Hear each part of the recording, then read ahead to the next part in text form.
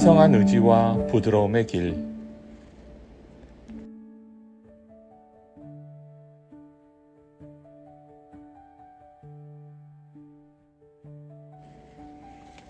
피곤은 결핍이 아니다. 삶이 흐름을 새로 맞추라 보내는 신호다. 길은 과시가 아니라 가장 약한 자리에서 피어나는 부드러움이다.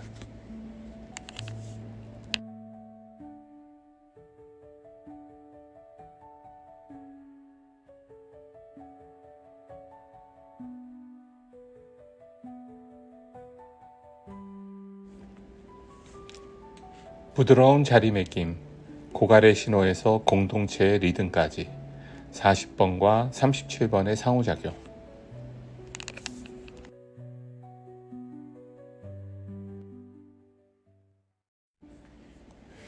프롤로그. 이 이야기는 두 가지 상징을 따라 움직인다. 문과 식탁. 문은 드나듦을 가르는 경계, 식탁은 나눔을 묶는 합이다. 두 사물이 함께 있을 때 한 집이 비로소 집이 된다. 오늘의 이야기를 따라가는 길도 그렇다. 문 앞에서는 밀어붙이는 힘과 흘러가게 두는 결의를 가르고, 식탁 앞에서는 힘의 불균형을 고르고 주고받음의 평형을 다시 배치한다. 40번은 고갈을 꾸짖지 않고 그 자리에서 멈춤과 경계를 익히게 한다. 지금은 어렵다. 내일 아침엔 가능하다. 기꺼이와 같은 맑은 문장이 문을 벽이 아니라 안에서 천천히 여는 손잡이로 바꾼다. 37번은 나약함을 숨기지 않고 그 자리에서 평등과 부드러움을 배운다. 시간과 감정, 노동과 침묵을 작은 헌법처럼 합의하고 가장 취약한 자리에서부터 식탁을 차리면 공동체는 그때서야 안으로 들어온다. 부드러움은 힘의 반대말이 아니라 힘이 오래 지속되는 방식이다. 숫자의 의미를 몰라도 좋다. 문과 식탁 사이를 오가다 보면 자연스레 알게 된다. 의지의 모양을 바꾸는 일이 곧 관계의 온도를 바꾸는 일임을. 이 이야기는 그 작은 기술을 한 집의 하루가 익혀가는 장면들로 보여준다. 피곤이 보내는 신호를 듣고 문을 다시 달아보려는 마음, 가장 약한 손을 기준으로 식탁을 다시 펴보려는 마음, 그 두 마음이 만나는 지점에서 40번과 37번은 서로를 비춘다.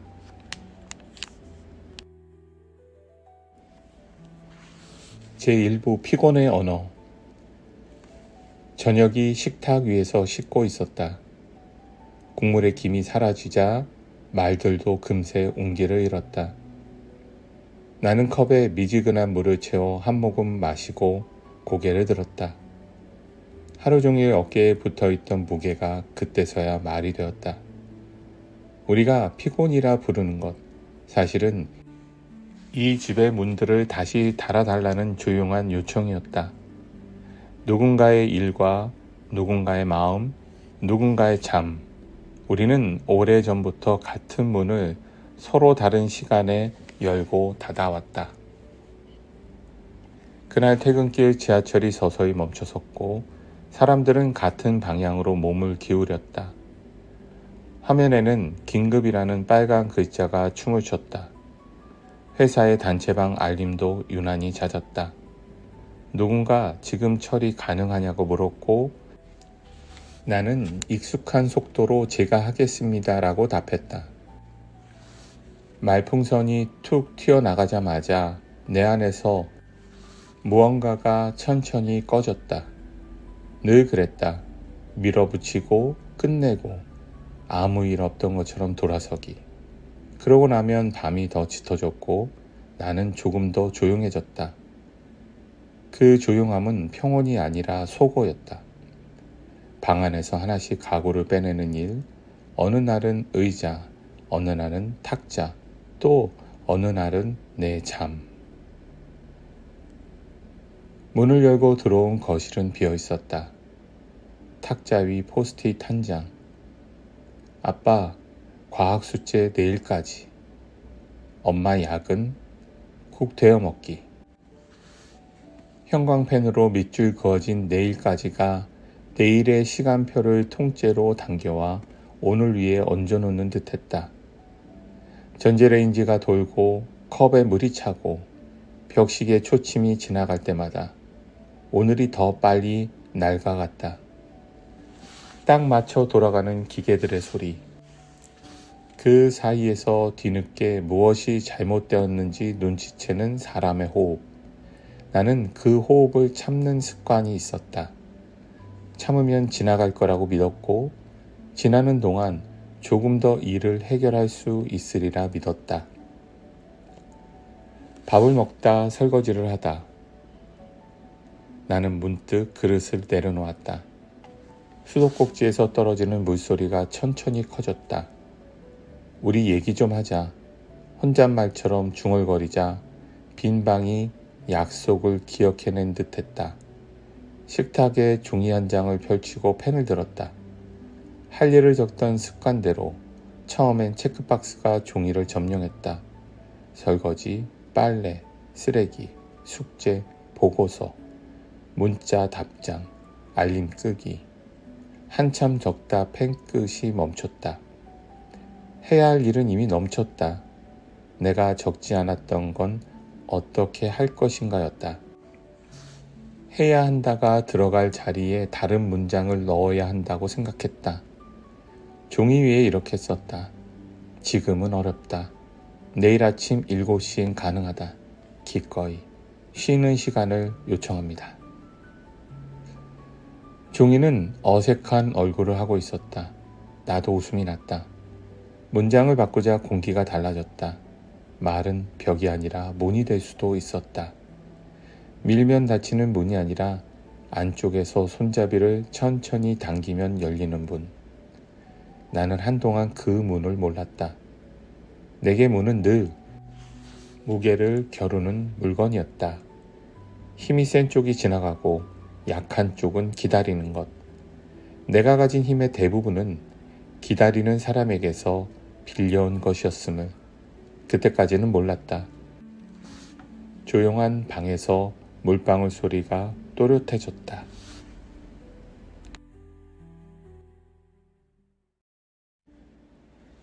제2부 합의의 연습.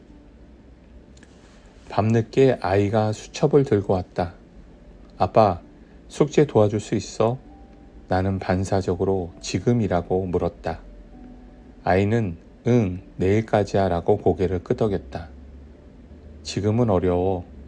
아빠 머리가 잘 안 돌아간다. 대신 내일 아침 일찍 일어나 같이 하자. 내 입에서 나온 말은 방금 만든 문장을 닮았다. 아이가 멈칫했다. 얼굴에 실망이 스쳤지만 오래 머물지 않았다. 그럼 나 먼저 정리할게. 아이가 방으로 들어갔다. 문이 닫히는 소리 대신 방문 앞에서 걸음이 한번 멈추었다가 옆으로 비껴나는 소리가 났다. 그 잠깐의 머뭇거림 속에서 나는 오래 들리지 않던 소리를 들었다. 누군가 안으로 들어오려 할 때 내가 너무 꽉 쥔 손잡이를 내려놓는 소리. 다음날 아침 우리는 조금 더 일찍 일어났다. 식탁에 과학 교재와 색연필이 놓였고 전날의 국은 낮은 불에서 데워지고 있었다.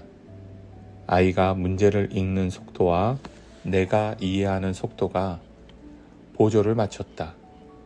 지금은 어렵다고 말한 뒤 얻은 아침은 의외로 덜 촉박했다. 집안의 물건들이 제자리를 찾아가며 만들어내는 여유. 그것은 큰 선물이라기보다 작은 숨이었다. 숙제가 끝나고 우리는 함께 식탁을 닦았다. 걸레에서 물이 천천히 떨어졌다. 그 물방울은 서두르지 않았다. 그날 저녁 우리는 작은 규칙을 만들었다. 종이 한 장으로 충분했다. 각자의 시간, 돌봄의 목, 연락의 시간대를 정했다. 밤 10시 이후 연락 금지, 하루 90분 무소음 시간, 식탁에서 10분 감사 말하기. 이 문장들은 표어가 아니라 도구였다. 도구는 쥐기보다 내려놓는 법을 배울 때 제대로 쓸 수 있었다. 종이를 읽고 서로 고개를 끄덕이는 동안 내 안에 큰 소리들이 이상하게 잦아들었다. 내가 지켜야 한다고 믿던 수많은 것들이 지킨다 대신 합의한다로 기울었다. 합의는 내게 의지의 모양을 바꾸라 했다. 밀어붙이는 것이 아니라 흐르도록 두는 방식으로. 회사에서도 종이 한 장이 필요했다. 팀 회의에서 내가 먼저 말을 꺼냈다.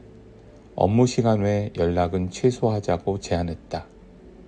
그리고 각자의 취약한 시간을 먼저 고려해 일정을 짭시다. 말 끝에 공기가 잠시 멈췄다. 조용한 순간이 불편하면 농담으로 덮는 사람이 있었고 나는 늘 그 사람이었다. 그러나 그날은 덮지 않았다.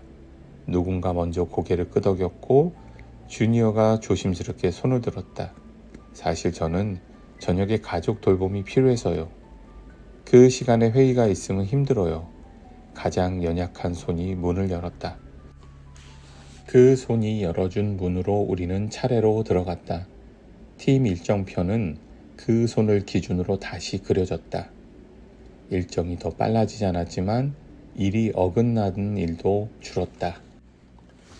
미뤄진 회의는 다음날 더 맑은 머리로 처리되었고 기한은 지켜졌다. 무엇보다 메시지의 문장이 바뀌었다. 지금은 어렵습니다. 오전 10시에 가능합니다. 오늘은 무리예요. 대신 목요일에 맡겠습니다. 힘의 과시 대신 말의 온도가 명료해졌다. 일이 더디다고 느꼈던 동료는 처음엔 고개를 갸웃했다.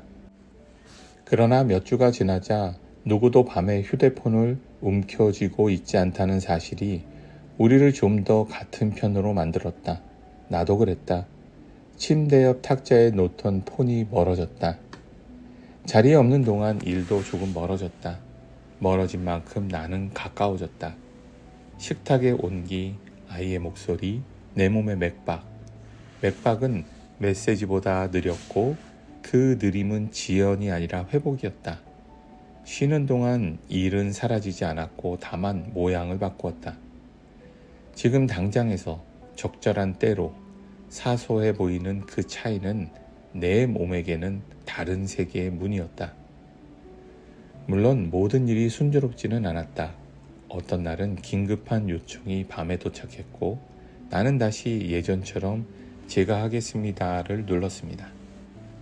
누르자마자 심장이 2번 빠르게 뛰었다. 손가락이 늦게 말을 이해했다. 메신저 창을 닫고 베란다 문을 열었다. 바람이 들어왔다. 나는 그 바람을 잠깐 손으로 막아보았다가 천천히 손을 거두었다. 바람은 허리를 스치고 방 안을 한 바퀴 돌았다. 지금은 어렵다. 나는 그 말을 다시 보냈다. 메신저는 나를 배신하지 않았다. 상대는 오케이, 내일 오전으로 미룹시다 라고 답했다. 아무도 죽지 않았고 아무것도 무너지지 않았다. 무너졌던 건 아마도 내가 세워둔 항상 가능한 사람이라는 표지판이었을 것이다. 표지판이 넘어가자 길이 보였다. 길은 늘 있었는데 표지판이 시야를 가렸을 뿐이다. 제3부 존재의 권리. 주말에 어머니가 집에 오셨다. 오래된 습관대로 부엌으로 들어가 냄비 손잡이를 잡으려 하셨다. 나는 어머니 손등을 손에 얹었다. 엄마, 오늘은 내가 할게. 엄마는 앉아. 어머니가 멈칫했다. 괜찮아. 난 집에 오면 뭐라도 해야 마음이 놓여. 나는 고개를 저었다. 아니, 그냥 앉아있으면 돼. 그게 우리한테 도움이 돼. 어머니는 의자에 앉는 법을 잠깐 잊은 사람처럼 의자를 바라보았다. 앉는 일에도 기술이 있었다. 몸의 무게를 맡기는 기술, 누군가 자신을 대신해 움직이도록 허락하는 기술. 어머니가 앉자 부엌의 동선이 달라졌다. 나는 칼을 천천히 움직였고 아이는 양파 껍질을 벗겼다. 어머니는 가만히 우리를 보다가 말했다. 내가 도울 게 없네. 나는 웃었다. 엄마가 앉아있는 게 도움이야. 그 말을 하며 알았다. 가장 약한 자리에서 설계된 하루가 우리 모두에게 오래가는 리듬을 준다는 것을. 우리는 식탁에서 작은 헌법의 조항을 하나 더 추가했다. 앉아있기의 권리. 노동의 몫을 줄이는 것만이 아니라 존재의 몫을 인정하는 일. 어머니가 앉아있는 식탁은 이상하게 더 따뜻했다. 어머니가 스스로 쓸모없다고 중얼거릴 때가 있었지만 그 말이 끝나기도 전에 우리는 동시에 쓸모 있어요라고 답했다. 어머니가 없는 시간에도 그 자리는 남아 의자 하나의 고요로 식탁의 온도를 지켰다. 우리는 그 앞에 숟가락을 하나 더 올려두었다. 빈 숟가락은 아무것도 뜨지 않았지만 아무것도 뜨지 않은 자리에서 우리는 무엇을 나눌지 알게 되었다. 말과 침묵을 공평하게 떠서 각자의 그릇에 덜어주는 법. 어떤 날 우리는 아무 말 없이 밥을 다 먹었다. 식탁 위에 김이 오래 남았다. 김은 천천히 사라졌고 그 천천히가 우리에게 남았다. 천천히는 사치가 아니라 지속 가능성의 다른 이름이었다. 아이는 숙제를 제 시간에 마쳤고 나는 밤에 폰을 보지 않는 법을 배웠다. 팀의 일정표는 여전히 복잡했지만 복잡함은 더 이상 무질서가 아니었다. 우리는 서로의 취약한 시간을 알고 서로의 강한 시간을 알아서 비워주었다. 비워주는 손이야말로 가장 강한 손이었다. 밀지 않고 비워내는 힘, 그 힘으로 문은 열렸다. 나는 그 문 앞에 서서 내 의지의 모양을 오래 들여다보았다. 의지는 생각보다 조용했다. 결단은 외침이 아니라 귀 기울임이었다. 해야 할 일과 할 수 있는 일, 하지 않아야 할 일을 가르는 작은 감각. 그 감각을 따르자 하루의 배치는 스스로 재구성되었다. 방 안의 가구를 조금씩 옮기는 일처럼 탁자를 창가로 옮기고 의자를 벽에서 떼고 러그에 주름을 편다. 새로 난 길 위로 햇빛이 들어오고 바람이 머물다 간다. 그 모든 것을 만든 건 단단한 힘이 아니라 부드러운 손이었다.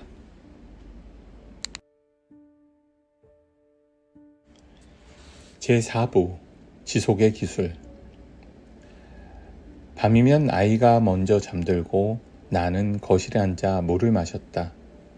물의 온기는 대화를 닮았다. 너무 뜨거우면 입을 대고 너무 차가우면 이가 시렸다. 미지근한 물이 목을 지날 때 오늘 만든 문장들이 마음을 지나갔다. 지금은 어렵다. 기꺼이 쉬는 시간을 요청합니다. 그 문장은 나를 비난하지 않았다. 대신 방향을 알려주었다. 방향은 목적지보다 중요했다. 목적지는 늘 바뀌었지만 방향은 나를 자리에 앉혔다. 앉는 동안 나는 내 안에 항상 가능한 사람을 조금씩 비우고 그 자리에 때로는 쉬는 사람을 채웠다. 쉬는 사람은 일하지 않는 사람이 아니었다. 쉬는 사람은 일을 오래 하는 사람이었다. 한 달쯤 지나 우리는 종이를 새로 썼다. 작은 헌법의 문장들이 조금씩 달라졌다. 밤 10시 이후 연락금지는 밤 9시 이후로 앞당겨졌고 하루 90분 무소음 시간은 때로 2번이 되었다. 어머니의 앉아있기는 우리 모두의 앉아있기로 확장되었다. 앉아있는 동안 우리는 서로의 얼굴을 더 자주 보았다. 얼굴을 보면 말이 바뀌었다.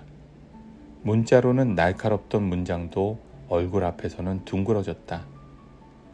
둥근 문장들이 둥근 하루를 만들었다.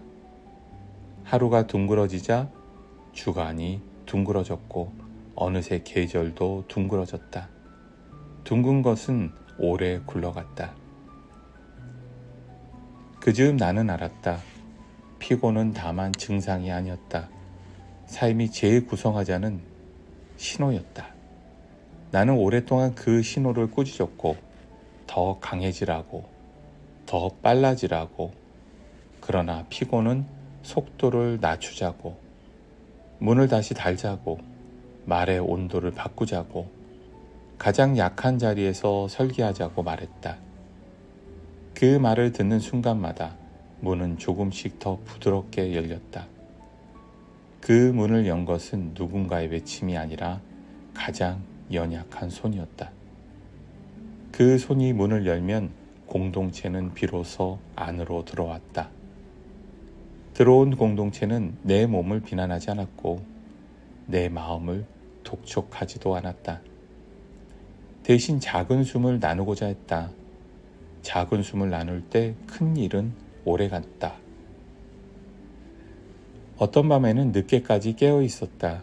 잠이 오지 않아 베란다에 섰다. 어두운 창들 사이로 몇 개의 불이 별처럼 떠 있었다. 그 불을 보며 생각했다. 우리가 다시 달아둔 문들이 저 집들에도 있을지 모른다고. 각자의 식탁, 각자의 물, 각자의 손잡이. 누군가는 지금은 어렵다고 말하고 누군가는 기꺼이라고 답할 것이다. 누군가의 앉아있기가 또 다른 누군가의 하루를 지켜줄 것이다. 그 생각을 하자 바람이 더 부드럽게 불었다. 나는 손을 거두었다. 문은 저절로 닫히지 않았다. 닫힐 필요도 없었다. 바람이 드나들고 우리는 그 사이에서 겨우 서로를 소화했다. 다시 부엌으로 돌아와 물을 한 잔 더 마셨다. 물이 목을 지날 때 나는 천천히 숨을 쉬었다. 오늘의 문장들을 마음속에서 한 번 더 읽었다. 그리고 마지막으로 이렇게 덧붙였다. 내일의 나를 믿습니다. 그 문장은 힘차지 않았지만 충분히 단단했다. 단단함은 딱딱함이 아니라 지속되는 모양이었다. 지속되는 것들은 되게 부드러웠다. 부드러움은 밀리지 않았다. 오히려 밀어붙이지 않고 지나가게 했다. 나는 그 힘을 조금 알 것 같았다. 그 힘이 내일의 문을 열 것이다. 우리는 또 한 번 같은 집안에서 서로 다른 시간들을 조용히 조율할 것이다. 식탁 위에 김이 오르고 물이 미지근해지고 문틈으로 바람이 드나든다. 그 사이로 오래가는 삶이 조용히 걸어 들어왔다. 에필로그. 문을 다시 달아둔 집은 밤에도 크게 삐걱거리지 않는다. 항상 가능한 사람이라는 표지판이 내려가고 그 자리에 때로는 쉬는 사람이라는 조용한 결의가 붙었다. 그 결의는 밀지 않고도 지나가게 하는 의지였다. 지금은 어렵다. 내일 아침엔 가능하다. 단단하지만 딱딱하지 않은 문장들이 변명이 아니라 방향을 가리켰다. 경계는 누군가를 내치는 벽이 아니라 모두가 무너지지 않게 하는 문이라는 사실을 몸이 먼저 배웠다. 식탁 위에는 여전히 국이 오르고 제각각의 시간이 의자에 앉는다. 작은 헌법은 몇 가지 부드러운 규칙을 남겼다. 밤 9시 이후의 침묵, 하루 90분의 무소음, 가장 취약한 자리에서 시작하는 일정, 사소한 문장들이 어떻게 평등의 실감을 만드는지 몇 번의 계절을 지나며 알게 되었다. 누군가는 먼저 쉬면 남은 우리가 그 사람을 기준으로 하루를 재배치한다. 그렇게 부드러움의 정치는 집안에 입주했다. 가장 연약한 손이 문을 열면 사람들은 차례로 들어오고 들어온 뒤에는 더 천천히 나간다. 발걸음마저 서로의 속도를 닮아간다. 돌아보면 이 장면들은 숫자를 해설하려 만든 예시가 아니다. 40번의 문과 37번의 식탁이 하루의 사소함 속에서 어떻게 작용하는지 그 작동의 감각을 기록했을 뿐이다. 피곤을 증상이 아니라 재구성의 신호로 받아들이자 40번은 고갈에서 결의로 이어지는 선 위에 나를 문 앞에 세웠다. 그 문이 부드럽게 열리도록 37번은 나약함에서 평등의 부드러움으로 이어지는 곡선을 따라 식탁을 차려놓았다.